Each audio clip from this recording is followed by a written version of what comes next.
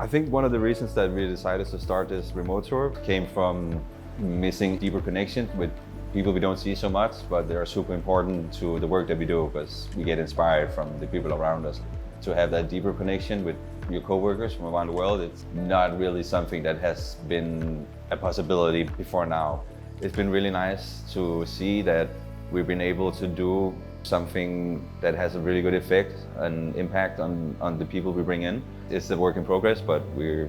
definitely going to get somewhere with this, I feel it. We want to nail down our whole concept and be sure about it, so we are confident enough as the remote tour to graduate into actually going to Japan and Asia, and we also want to do the US, Europe. So